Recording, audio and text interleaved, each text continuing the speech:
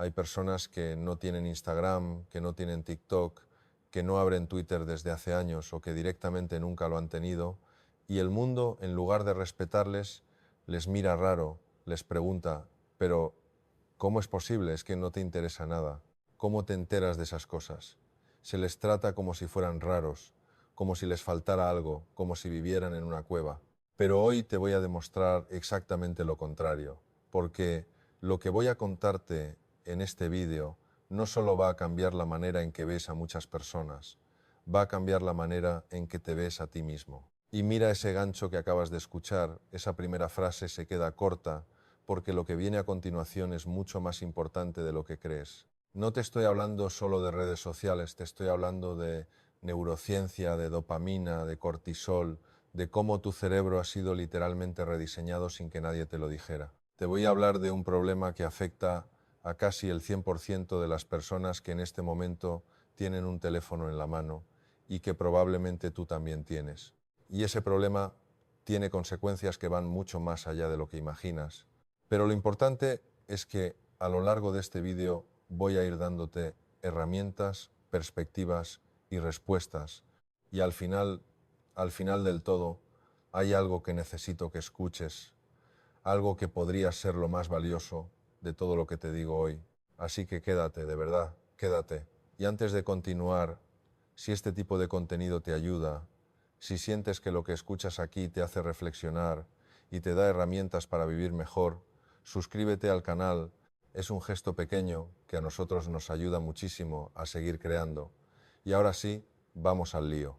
Vivimos en una época en la que desconectarse se ha convertido en un acto casi revolucionario. Piénsalo un momento.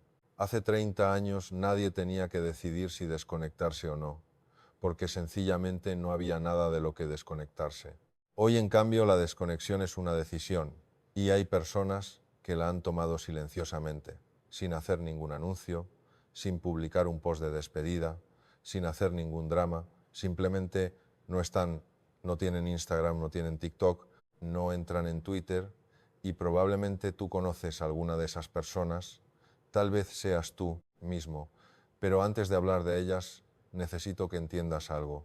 Necesito que entiendas el problema real, no el de las personas que no usan redes, sino el de las que sí las usan, porque sin entender el problema no podrás valorar la solución.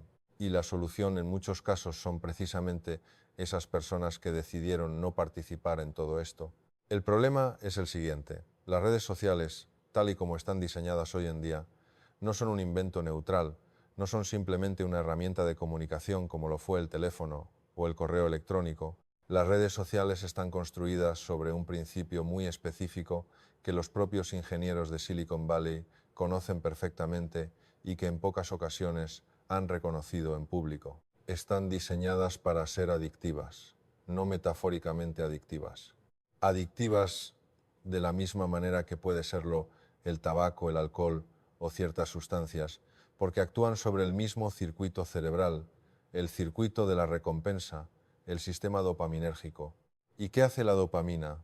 La dopamina no es la hormona del placer, aunque mucha gente lo cree así. La dopamina es la hormona de la anticipación del placer.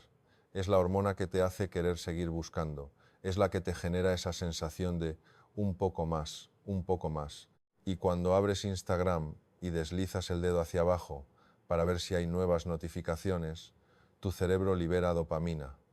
Cuando subes una foto y vas comprobando cuántos likes tiene, tu cerebro libera dopamina. Cuando alguien te etiqueta, cuando alguien te comenta, cuando aparece ese pequeño número rojo en el icono de la aplicación, dopamina, dopamina, dopamina. El problema no es el placer. El problema es que este sistema, cuando se activa de manera crónica y repetitiva, termina por agotarse. Tu cerebro se acostumbra, necesita más estímulo para generar la misma cantidad de dopamina. Y mientras tanto, todo lo que no es la red social empieza a parecer aburrido, lento, poco estimulante. Leer un libro, dar un paseo, tener una conversación tranquila, escuchar música sin hacer nada más, estar simplemente sentado contigo mismo, todo eso empieza a parecer insoportablemente lento, y ahí es donde empieza el verdadero problema. Y hay algo más, algo que me parece especialmente importante, y que quiero que tengas muy presente durante todo este vídeo. Las redes sociales no solo afectan a tu sistema de recompensa, afectan también a tu sistema de amenaza. ¿Sabes por qué? Porque cuando estás pendiente de cuántos likes tiene tu foto, estás activando tu amígdala. La amígdala es esa pequeña estructura cerebral que gestiona el miedo, la amenaza, la comparación social. Evolutivamente, la amígdala se activaba cuando un depredador se acercaba. Hoy se activa cuando alguien tiene más seguidores que tú, cuando una foto tuya no recibe los likes que esperabas, cuando ves que una amiga está en una reunión a la que no te han invitado. Tu cerebro en esos momentos interpreta eso como una amenaza, no racionalmente, visceralmente, y eso libera cortisol. La hormona del estrés piensa en lo que significa esto. Millones de personas pasan horas al día en un estado crónico de activación del sistema de amenaza, un estrés sordo, continuo, muchas veces inconsciente, un estado de alerta permanente que agota el sistema nervioso, que deteriora el sueño, que dificulta la concentración, que alimenta la ansiedad, y todo eso mientras creen que simplemente están mirando el teléfono. Ahora bien, hay personas que no hacen eso, que no participan en ese ciclo, que decidieron conscientemente o no entrar en ese juego. Y esas personas son las protagonistas de este vídeo. ¿Quiénes son? ¿Qué tienen en la cabeza? ¿Qué hacen diferente?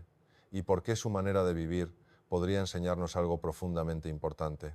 Eso es lo que vamos a explorar.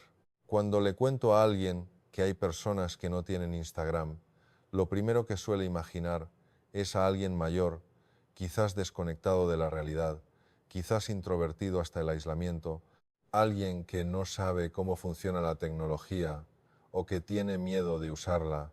Esa imagen no podría estar más equivocada. Las personas que conscientemente deciden no usar redes sociales o que simplemente nunca entraron en ese mundo de manera significativa, no responden a un único perfil. Son jóvenes de 20 años que decidieron desinstalar TikTok porque sentían que les robaba la vida.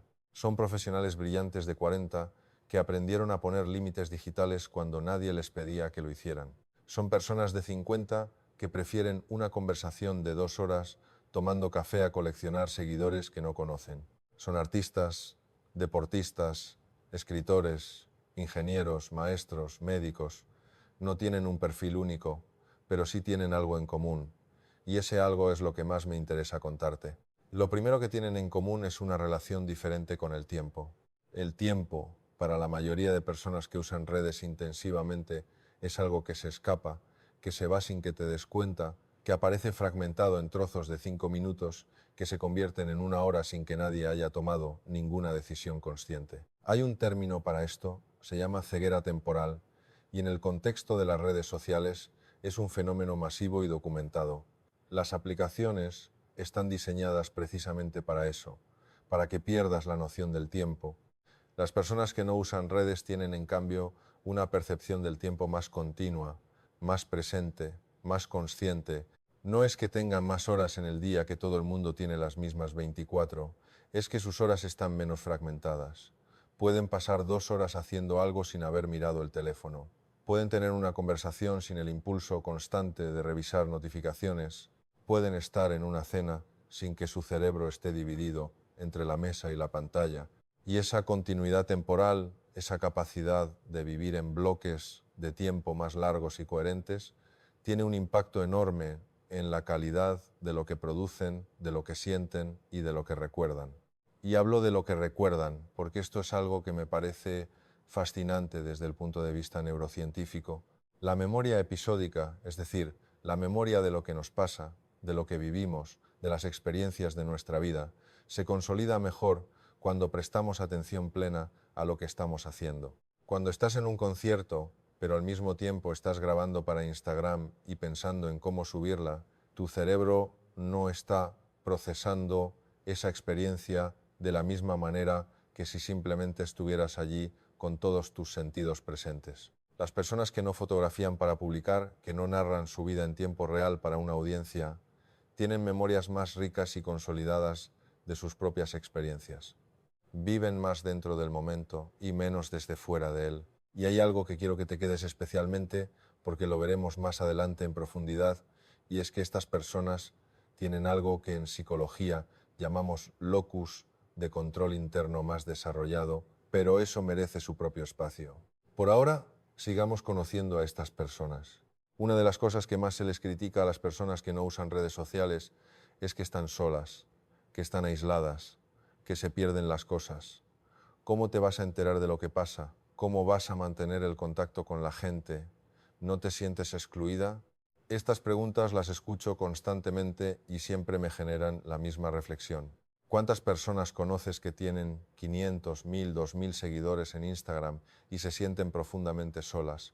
¿Cuántas personas conoces que pasan horas al día viendo las historias de otras personas y sienten que sus propias vidas son vacías en comparación? La soledad no se resuelve con seguidores. La soledad se resuelve con conexión real. Y paradójicamente las redes sociales, en muchos casos, no generan más conexión real, generan más conexión aparente, más contacto superficial, más presencia digital, pero menos encuentro verdadero. En consulta he visto esto muchas veces. Recuerdo a una chica, la llamaré Lucía. Tenía 26 años y vino a verme porque se sentía sola. Cuando hablé con ella me di cuenta de que pasaba entre 4 y 6 horas diarias en el teléfono, seguía a 400 personas en Instagram, publicaba casi cada día, tenía muchos likes, muchos comentarios, pero cuando le pregunté con cuántas personas había tenido una conversación profunda y significativa en el último mes, se quedó en silencio y me dijo, con ninguna, 400 conexiones digitales, 0 conversaciones reales. Las personas que no usan redes no viven necesariamente más aisladas. Muchas de ellas, al contrario, invierten en relaciones de otra manera. Llaman por teléfono, quedan en persona, escriben mensajes más largos y más pensados. Su círculo social puede ser más pequeño numéricamente, pero suele ser más sólido, más auténtico, más nutritivo. Y aquí viene algo importante que quiero que pienses. ¿Qué prefieres? ¿Tener 100 conocidos digitales con quienes compartes memes o tener 10 personas a las que puedes llamar a las 2 de la mañana si lo necesitas? La respuesta parece obvia cuando la planteas así, pero en el día a día muchas personas están invirtiendo su energía social en lo primero y descuidando lo segundo. Hay un concepto que me encanta, que es el de las relaciones de alta calidad.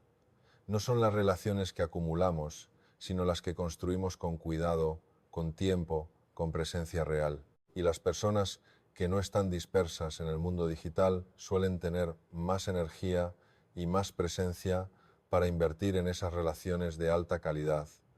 No porque sean mejores personas, sino porque tienen más recursos emocionales disponibles para hacerlo. Hay algo que se produce en las personas que no usan redes sociales, algo que desde afuera es difícil de ver, pero que desde adentro es transformador, y es que viven con mucho menos ruido mental. ¿Qué es el ruido mental? Es ese torrente continuo de información, opiniones, imágenes, noticias, debates, polémicas, comparaciones que entra en tu cabeza cada vez que abres cualquiera de estas aplicaciones. Es el drama del día, es la opinión de todo el mundo, sobre todo, es la foto de los hijos del vecino, la opinión política del compañero de trabajo, el viaje de la influencer, la noticia alarmante, el debate que a ti en realidad no te afecta, pero que igualmente ocupa espacio en tu cabeza. Todo eso entra y no entra y se va. Entra y se queda. Tu cerebro lo procesa, lo categoriza, le da vueltas y eso cuesta energía, muchísima energía cognitiva. Los psicólogos tenemos un concepto que se llama carga cognitiva. Es el peso mental que supone manejar cierta cantidad de información y decisiones en un momento dado. Las personas que usan redes intensivamente tienen una carga cognitiva elevadísima de manera constante y esa carga cognitiva tiene un coste directo en la capacidad de pensar con claridad, de tomar buenas decisiones, de concentrarse, de ser creativos, de estar presentes en lo que importa. Las personas que no tienen ese ruido viven con una carga cognitiva más manejable. Su mente tiene más espacio, más silencio, y en ese silencio ocurren cosas muy interesantes. Ocurre la reflexión, ocurre la creatividad, ocurre el aburrimiento productivo. Ese estado en el que tu mente, al no tener estímulos externos constantes, empieza a generar sus propias ideas, sus propias conexiones, sus propias soluciones. El aburrimiento, que hoy muchas personas consideran algo a evitar a toda costa, es en realidad uno de los estados más fértiles que puede experimentar el cerebro humano. ¿Sabes cuándo tienen sus mejores ideas muchas personas? En la ducha, paseando, conduciendo, justo en esos momentos en los que no hay pantalla frente a ellos, en los que el cerebro puede divagar libremente. Ese divagar, esa red neuronal por defecto que se activa cuando no estamos procesando estímulos externos, es una de las funciones cerebrales más importantes para la creatividad, para la autoconciencia, para la integración emocional.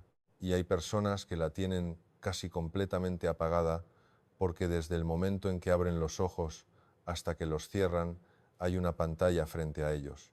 Las personas que no usan redes tienen esa red neuronal por defecto mucho más activa y eso, créeme, se nota en cómo piensan, en cómo resuelven problemas, en cómo generan ideas. Y aquí quiero pausar un momento y decirte algo que dejé pendiente antes, el locus de control interno. Prometí volver a ello y vuelvo porque es uno de los conceptos más importantes de todo este vídeo. El locus de control es un concepto desarrollado por el psicólogo Julian Rotter en los años 60 y se refiere al grado en el que una persona cree que tiene control sobre lo que le ocurre en la vida. Hay personas con locus de control interno que creen que sus acciones, sus decisiones y sus esfuerzos determinan sus resultados. Y hay personas con locus de control externo que creen que lo que les pasa depende fundamentalmente de factores fuera de su control, la suerte, los demás, las circunstancias.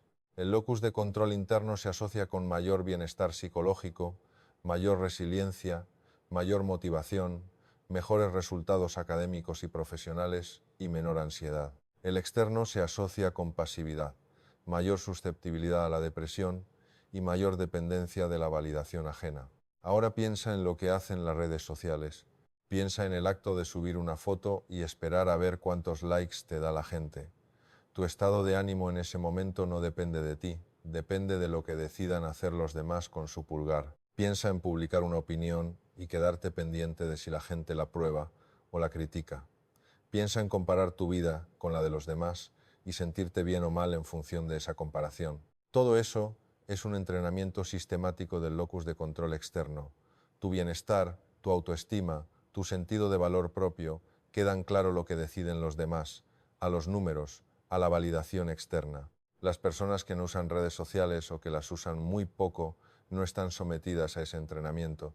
Su autoestima no cotiza en bolsa, no sube y baja en función de los likes del día. Su sentido de valor propio viene de adentro, de lo que hacen, de cómo se comportan, de lo que logran, de sus valores. Y eso en términos de salud psicológica es una diferencia enorme. Recuerdo a un paciente, lo llamaré Carlos, tenía 32 años, era muy exitoso en su trabajo, pero sufría una ansiedad constante que no entendía. Cuando analizamos juntos su vida digital, nos dimos cuenta de que publicaba en LinkedIn casi cada día artículos, reflexiones, logros, y pasaba muchas horas al día revisando cuántas reacciones tenían, comparando con las publicaciones de otros, sintiendo una mezcla de satisfacción cuando iba bien y una angustia sorda cuando no obtenía la respuesta que esperaba. Su autoestima profesional, que parecía sólida desde fuera, estaba completamente dependiente de esa validación externa. Cuando trabajamos para fortalecer su locus de control interno, cuando empezó a hacer las cosas por el valor que él mismo les daba y no por la respuesta que obtenía, algo cambió profundamente en él. Esa ansiedad comenzó a disolverse. Las personas que no usan redes tienen ese trabajo hecho consciente o inconscientemente, o nunca entraron en el ciclo de validación digital, o en algún momento lo dejaron porque intuían que algo no iba bien. Y esa independencia de la validación externa es una de las características más saludables que puede tener una persona. Aquí llega algo que me parece fascinante y que pocas veces se nombra. Las redes sociales no solo cambian lo que hacemos, cambian quiénes somos, o más concretamente, cambian la relación que tenemos con nuestra propia identidad. Cuando vives con una audiencia, aunque sea pequeña, aunque sean 50 seguidores, empiezas a construir una versión de ti mismo que está pensada para ser vista. El psicólogo Erving Goffman habló hace décadas de la gestión de impresiones, de cómo todos actuamos de manera diferente según el contexto social en el que estamos. Pero lo que las redes han hecho es extender esa gestión de impresiones a prácticamente todos los momentos de la vida. Lo que comes, a dónde vas, lo que piensas, cómo te vistes, cómo celebras un cumpleaños, cómo superas una ruptura, todo puede convertirse en contenido, en narrativa, en marca personal. Y cuando tu vida es contenido, cuando existe la posibilidad permanente de estar siendo observado y juzgado, algo muy sutil pero muy importante ocurre. Empiezas a tomar decisiones en función de cómo se van a ver, no solo de cómo te van a hacer sentir.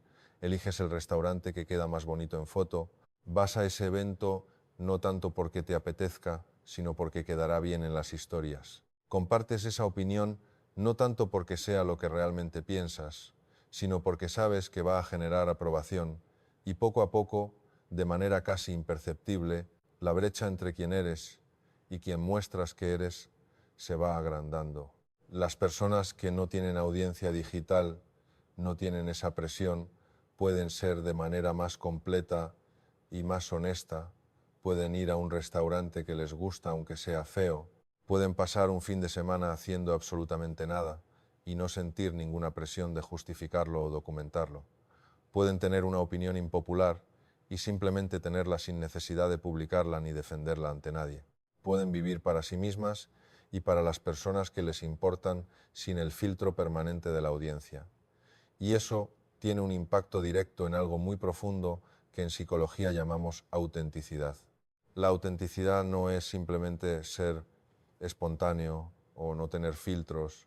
La autenticidad es la coherencia entre lo que eres, lo que piensas, lo que sientes y lo que expresas. Y esa coherencia es una de las bases más sólidas del bienestar psicológico. Las personas auténticas tienen menos ansiedad, tienen relaciones más satisfactorias, se sienten más cómodas consigo mismas, no porque sean perfectas, sino porque no están viviendo una doble vida.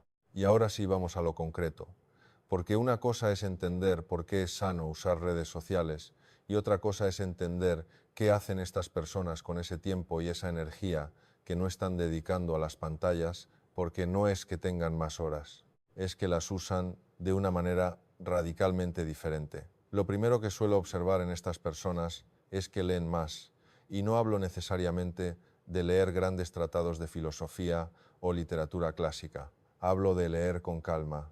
Hablo de la capacidad de estar 30 minutos, una hora leyendo algo sin el impulso de dejar el libro y el teléfono. Eso que parece tan simple hoy en día es en realidad una habilidad cognitiva muy valiosa, que las redes están erosionando activamente. La capacidad de leer durante tiempo sostenido requiere atención sostenida, y la atención sostenida es exactamente lo que el sistema dopaminérgico sobreestimulado hace cada vez más difícil. Las personas que leen con regularidad desarrollan lo que el neurocientífico Marianne Wolf llama el cerebro lector, una forma de procesar el lenguaje más profunda, más analítica, más empática.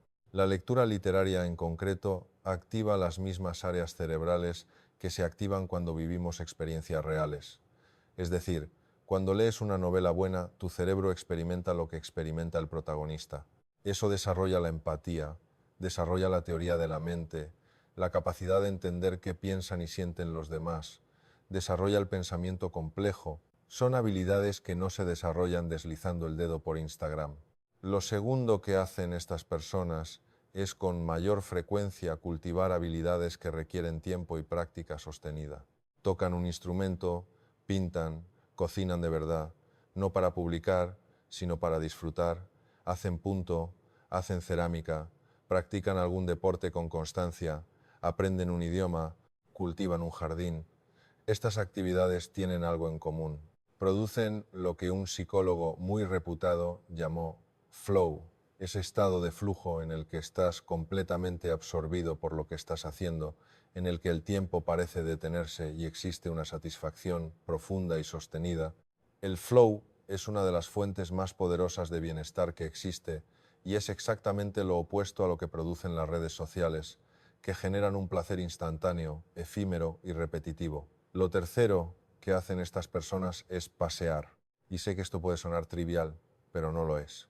Pasear, especialmente en naturaleza, tiene efectos documentados sobre el sistema nervioso, sobre el estado de ánimo, sobre la creatividad y sobre la salud cognitiva. Hay investigaciones de la Universidad de Stanford que demuestran que caminar en entornos naturales reduce la actividad en la zona del cerebro asociada con la rumiación.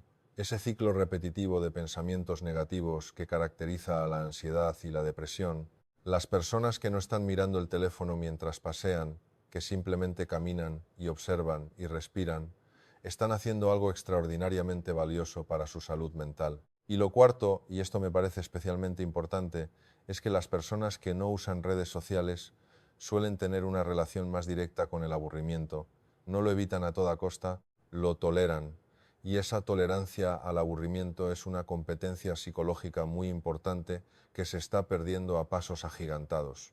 El aburrimiento, cuando no se ahoga en pantallas, es el precursor de la creatividad, de la introspección y del descanso mental real. Voy a contarte algo que me parece urgente y quiero que lo escuches con atención porque creo que puede tocar algo muy íntimo en muchas personas. Las redes sociales han transformado la comparación social en una actividad constante y omnipresente. Y la comparación social en pequeñas dosis y en contextos naturales es algo que los humanos hemos hecho siempre. Nos comparamos con quienes tenemos cerca para entender nuestra posición en el grupo, para aprender, para motivarnos. Es un mecanismo evolutivo. El problema es que ese mecanismo no estaba diseñado para funcionar 24 horas al día comparándonos con miles de personas, muchas de las cuales presentan versiones cuidadosamente editadas y filtradas de sus vidas. La teoría de la comparación social, formulada por Leon Festinger en los años 50, nos dice que tendemos a compararnos con personas que percibimos como similares a nosotros, pero en Instagram o en TikTok nos comparamos constantemente con personas que muestran siempre su mejor versión, sus mejores fotos, sus mejores momentos, sus mejores logros, y nuestra mente, que no siempre distingue bien entre la realidad y la representación, saca conclusiones devastadoras. Mi vida es menos interesante, mi cuerpo no es suficiente, mi familia no es tan feliz como la de los demás, no estoy donde debería estar. Hay estudios muy sólidos que relacionan el uso intensivo de redes sociales, especialmente Instagram, con mayores niveles de depresión, ansiedad, insatisfacción corporal y baja autoestima, especialmente en adolescentes y jóvenes adultos. Y la dirección de la causalidad, que siempre es lo que se debate, está siendo cada vez más clara. No es solo que las personas con baja autoestima usen más redes, es que el uso de redes activamente deteriora la autoestima. Las personas que no usan redes sociales no están expuestas a ese ciclo de comparación permanente. No empiezan el día viendo las vacaciones de alguien que aparentemente tiene una vida perfecta.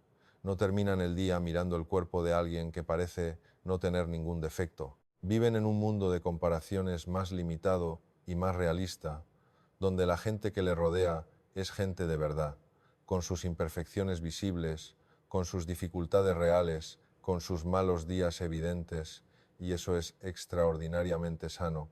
Quiero hablar ahora de algo que pocas veces se conecta con el uso de redes sociales, pero que es profundamente relevante. Quiero hablar del cuerpo, del sistema nervioso, de lo que ocurre físicamente cuando alguien vive sin el ruido digital constante. El sistema nervioso autónomo tiene dos ramas principales. El sistema simpático, que es el sistema de activación, el de lucha o huye, el que se activa ante el peligro o el estrés, y el sistema parasimpático, que es el sistema de descanso, de recuperación, de digestión, de conexión, para que el cuerpo esté sano, para que el sistema inmune funcione bien, para que el sueño sea reparador, para que la digestión sea buena, para que el corazón esté sano, necesitamos pasar tiempo suficiente en modo parasimpático.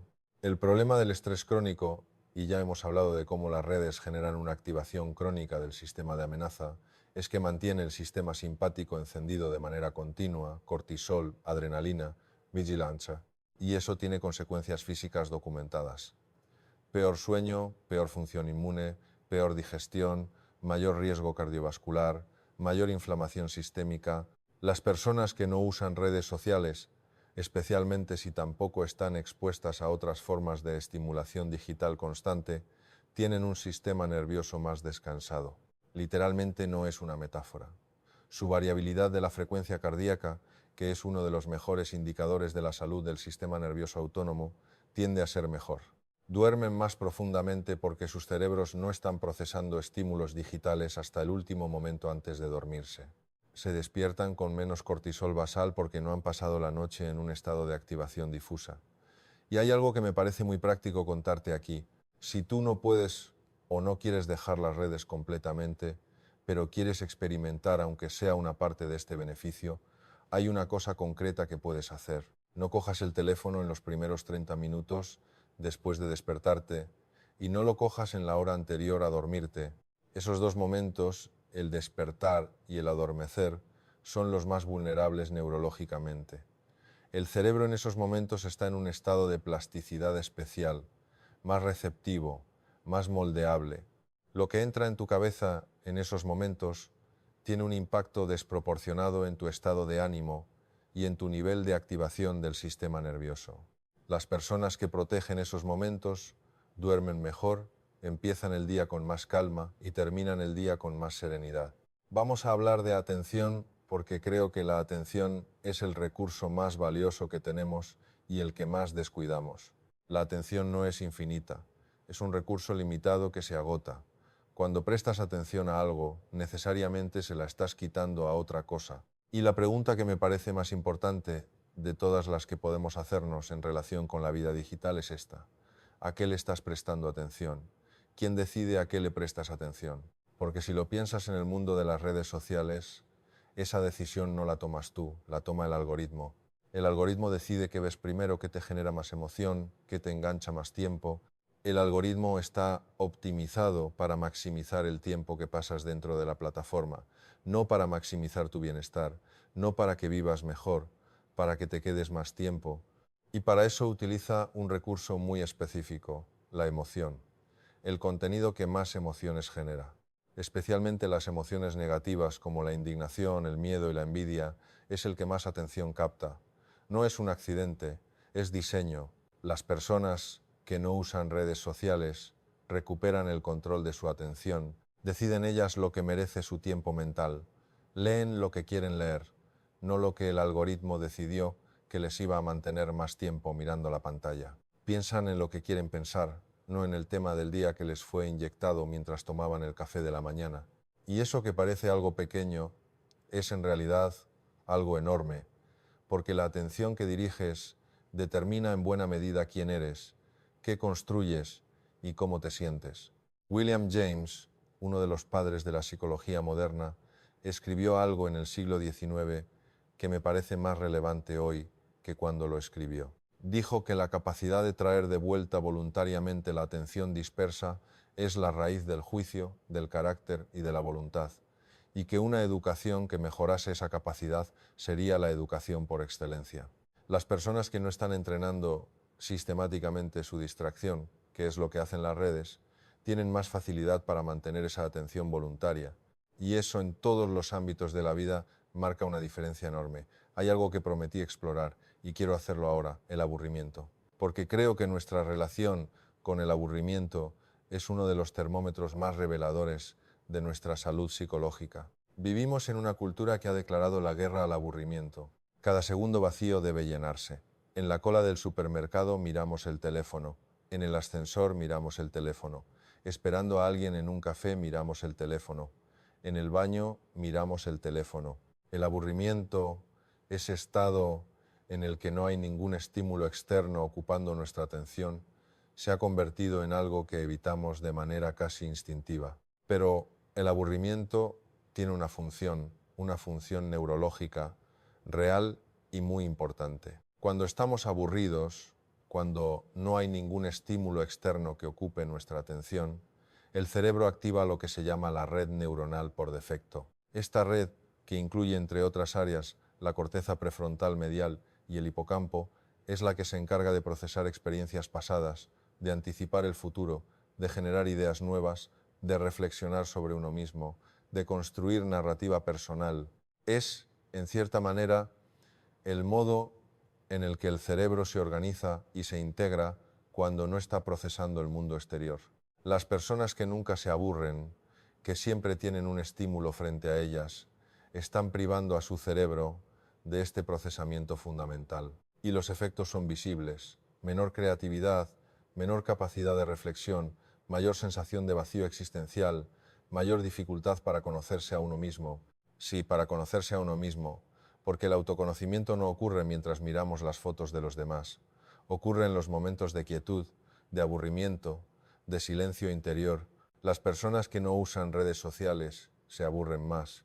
Y eso es una noticia extraordinariamente buena, porque ese aburrimiento que toleran, que no rellenan compulsivamente con pantallas, es el espacio en el que su cerebro hace su trabajo más importante. Es el espacio de la creatividad, de la introspección, del descanso cognitivo real. Es el espacio en el que se conocen a sí mismas. Y aquí quiero decirte algo importante que ya te he anunciado antes y que seguiremos profundizando. Hay algo al final de este vídeo que creo que va a cambiar la manera en que ves no solo a estas personas, sino a ti mismo. Sigue ahí. Hay una cualidad que las personas que no usan redes sociales suelen tener en mayor medida y que es una de las más terapéuticas que puede ofrecer un ser humano a otro. Es la presencia real, la capacidad de estar genuinamente aquí contigo en este momento, sin que una parte de su mente esté en otro lugar. Cuando estás con alguien que no está mirando el teléfono, que no está pendiente de las notificaciones, que no está dividido entre la conversación y la pantalla, lo notas, hay algo diferente en la calidad de ese encuentro. Sus ojos están contigo, su atención está contigo.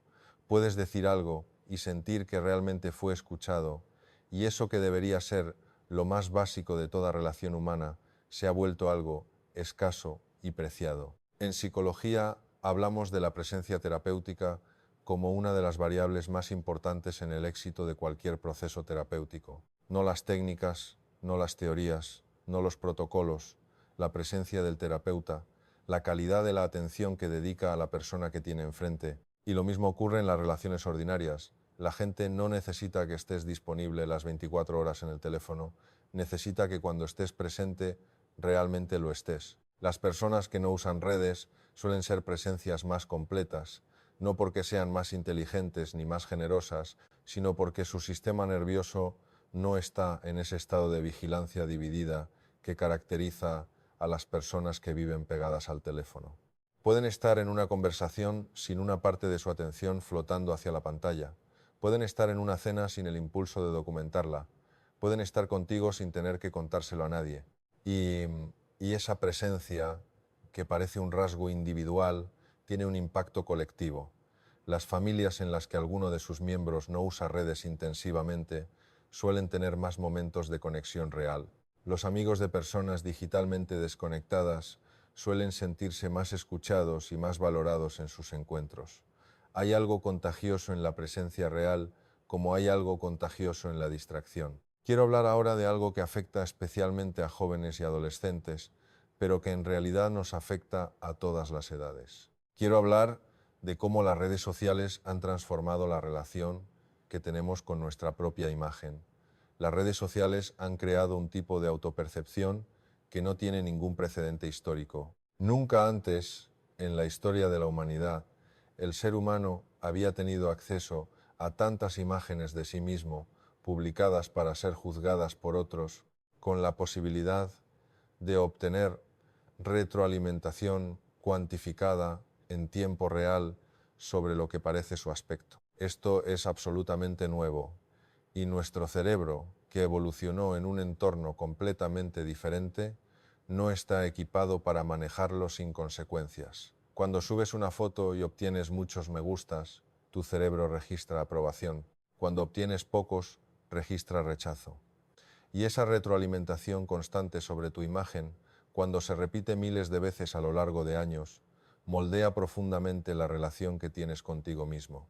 Tu valor como persona queda entrelazado con tu valor estético. Tu autoestima queda vinculada a cuánto gusta tu imagen, y eso es psicológicamente devastador para muchas personas.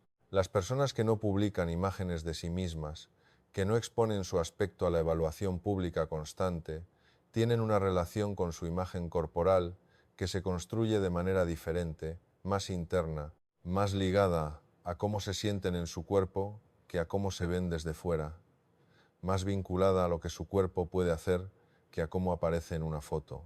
Y eso es una base mucho más sólida para la aceptación corporal y para la autoestima genuina. No es que estas personas no tengan inseguridades, todos las tenemos, pero sus inseguridades no están siendo alimentadas diariamente por miles de imágenes de cuerpos que no son representativos de la realidad, ni por la retroalimentación de extraños sobre su aspecto. Y eso marca una diferencia enorme en cómo se sienten en su piel. Y aquí llegamos a algo que me parece gran valor práctico, porque quizás tú no quieres o no puedes dejar las redes completamente. Quizás son parte de tu trabajo, de tu negocio, de tu forma de mantener contacto con personas que quieres, y está bien, no se trata de que esto sea blanco o negro, se trata de aprender algo de las personas que viven sin ese peso, para incorporar aunque sea parte de esa libertad en tu vida. Lo primero que puedes aprender de ellas es a crear zonas de tiempo libre de pantallas, no para siempre, solo ciertas horas, ciertos espacios, las primeras horas de la mañana, las comidas, el paseo, la hora antes de dormir. Son momentos que puedes proteger como zonas de presencia real, de silencio digital, de contacto con tu mente sin el filtro de las pantallas, y verás cómo esas horas tienen una calidad diferente, una densidad diferente, una riqueza que quizás habías olvidado que era posible. Lo segundo que puedes aprender es a separar el consumo del uso productivo. Si usas las redes para trabajo, para conectar con personas específicas, para aprender sobre temas que te interesan, eso es diferente a usar las redes para desplazarte sin rumbo durante horas, viendo contenido que nadie te ha pedido que veas. La clave es la intencionalidad. Entra con un propósito, salas cumplido. No dejes que el algoritmo decida cuándo te vas. Lo tercero es aprender a tolerar el aburrimiento. La próxima vez que estés en una sala de espera, en una cola, en un ascensor, y sientas el impulso del teléfono, espera, solo espera. Deja que tu mente divague.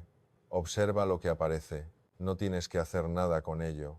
Solo date el espacio de estar contigo mismo sin necesitar llenarlo con nada. Al principio puede ser incómodo. Esa incomodidad es la retirada del estímulo, pero si la atraviesas al otro lado hay algo que hace mucho tiempo no encuentras: silencio. Y en ese silencio, si lo escuchas, hay cosas muy importantes que tu mente quiere decirte. Lo cuarto es construir relaciones con una intención más física y más directa.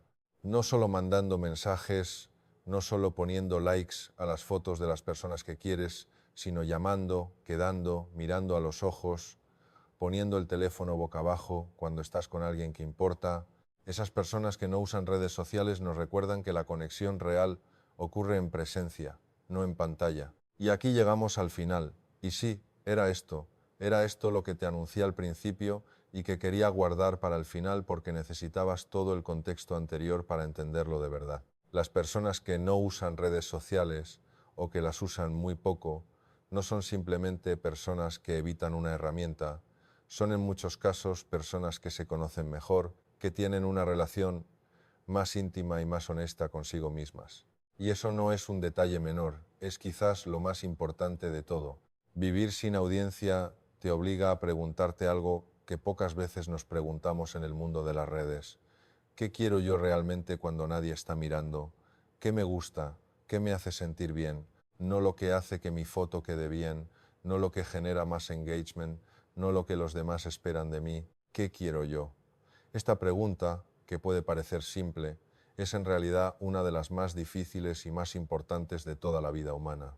Y las personas que viven con una audiencia constante, real o imaginaria, tienen más dificultad para responderla. Porque han pasado tanto tiempo gestionando impresiones, cubriendo expectativas, construyendo una narrativa pública de sí mismas, que a veces pierden el hilo de quiénes son debajo de todo eso.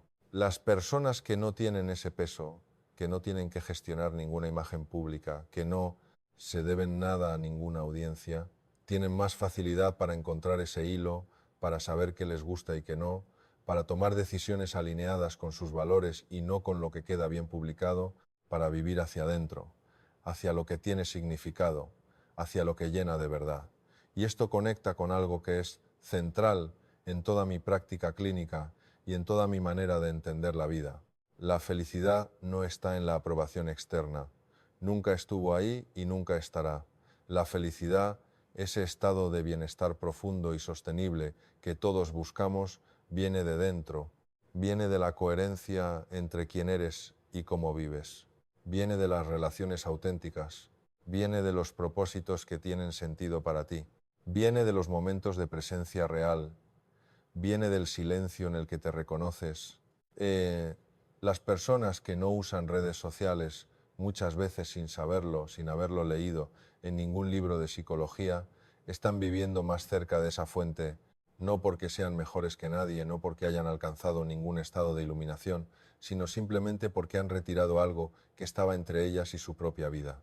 Y al retirarlo, han encontrado más espacio para vivir de verdad. Y tú, independientemente de si usas redes o no, tienes esa misma posibilidad. No tienes que borrarte de ninguna plataforma para empezar a vivir con más presencia, con más autenticidad, con más atención a lo que de verdad importa. Puedes empezar hoy, ahora mismo, en el momento en que este vídeo termine, puedes elegir poner el teléfono y hacer algo diferente.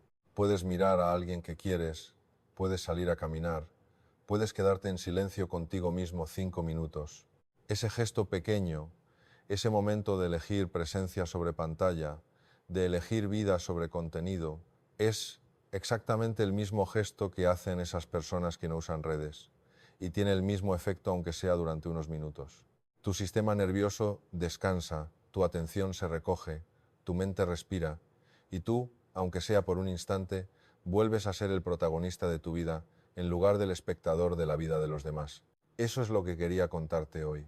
Eso es lo que creo que es urgente que escuchemos. Así que si hay algo que quiero que te lleves de este vídeo es esto. La siguiente vez que alguien te diga que no usa Instagram, que no tiene TikTok, que no abre Twitter, no les mires con extrañeza, míralos con algo de envidia sana y quizás con la pregunta de qué te está diciendo eso sobre tu propia relación con las pantallas. Y si eres tú quien no usa redes o quien las usa muy poco, no sientas que te falta algo, siéntete orgulloso porque en un mundo que cada vez lo llena todo de ruido, de estímulos, de urgencia constante, tú has encontrado conscientemente o no algo que muchos están buscando sin saber cómo encontrarlo. Has encontrado tu propia vida, sin filtros, sin algoritmos, sin audiencia, solo tú y lo que de verdad importa. Cuídate mucho. Y ahora, antes de que cierres este vídeo, quiero pedirte algo y quiero pedírtelo de verdad, no por protocolo. Si lo que has escuchado hoy te ha movido algo por dentro, si hay alguna idea que ha resonado en ti, si hay algo que te vas a llevar y que va a cambiar aunque sea un pequeño detalle de tu día o de tu semana, suscríbete a este canal. No lo hagas como un gesto automático. Hazlo porque quieres que estas conversaciones sigan llegando a tu vida. Porque aquí hablamos de lo que de verdad importa, de cómo vivimos, de cómo nos relacionamos, de cómo cuidamos nuestra mente y nuestra vida interior. Y todo eso merece un espacio en tu semana. Dale también me gusta a este vídeo si crees que estas ideas merecen llegar a más personas. Piensa en alguien que conoces, alguien que no usa redes y que a veces se siente juzgado por ello, o alguien que sí las usa y que últimamente siente que algo no va bien. Comparte este vídeo con esa persona. A veces el mejor regalo que podemos hacer es darle a alguien las palabras para entender algo que ya sentía pero no sabía cómo nombrar. Y por último, cuéntame en los comentarios. Me encanta leerlos y me encanta aprender de vosotros. ¿Eres de las personas que usan poco las redes o eres de las que sienten que las usan demasiado y les gustaría cambiar algo? ¿Qué es lo que más te ha resonado de lo que hemos hablado hoy? Los comentarios son el espacio donde esta comunidad se construye de verdad y me encanta ver lo que pensáis porque muchas veces vuestros comentarios me dan las ideas para los siguientes vídeos. Hasta la próxima y mientras tanto cuida tu atención. Es lo más valioso que tienes.